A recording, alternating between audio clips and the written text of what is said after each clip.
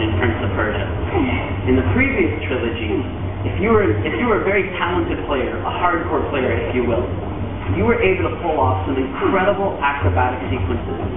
But if you're a more casual player, shall we say, perhaps just getting into the Prince of Persia franchise, there was a lot of stop and go. Jump, die. Jump, wall run, die. Jump, wall run, pull, die. And that's not really the rhythm that we want.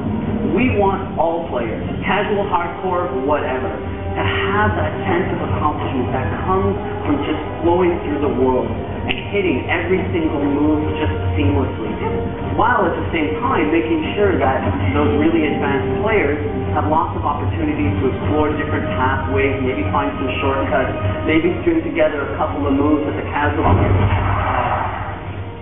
You're going to find acrobatics in Prince of Persia a real change from the acrobatics that you were used to in Sands of Time, but an improvement. You're going to be able to pull off those acrobatic combos that sort of even just the best players were able to do in the previous Prince of Persia game.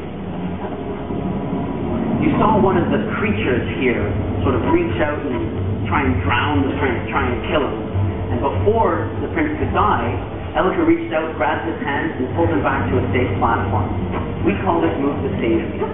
The point of the save me is to make sure that you, the player, feel frustration a little bit from dying.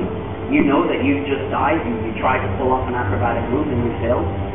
Elika brings you back to the previous stable platform without interrupting the sense of immersion or even really the sense of rhythm that comes from the game. You're right back in the action. We don't think we need to artificially reinforce the sense of failure for the player anymore. You lose, continue, press start.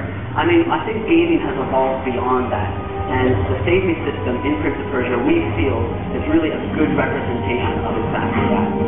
So we're arriving at our final destination. You see that big blue beam of light. That is the healing ground. But before we can reach the healing ground, our destination in this demo, the hunter, is back for one last fight.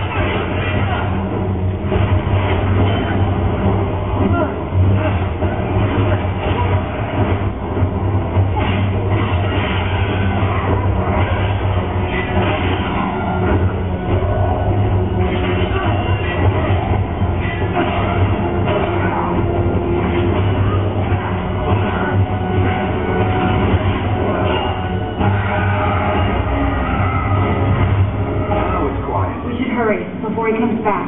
Back? You've weakened him, but he's not dead. Oh, of course not. That would be far too simple.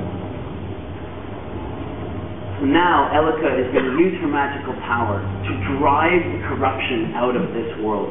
All of that dark matter that was really infecting the world is going to be driven out by this magical healing blast.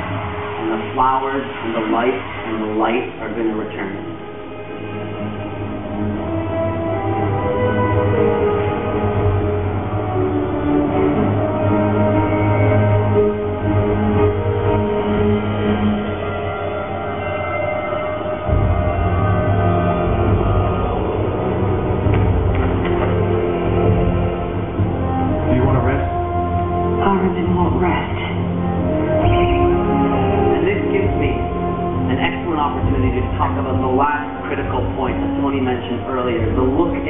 The artistic direction of Prince of Persia. Hopefully you will all agree this is unlike most video games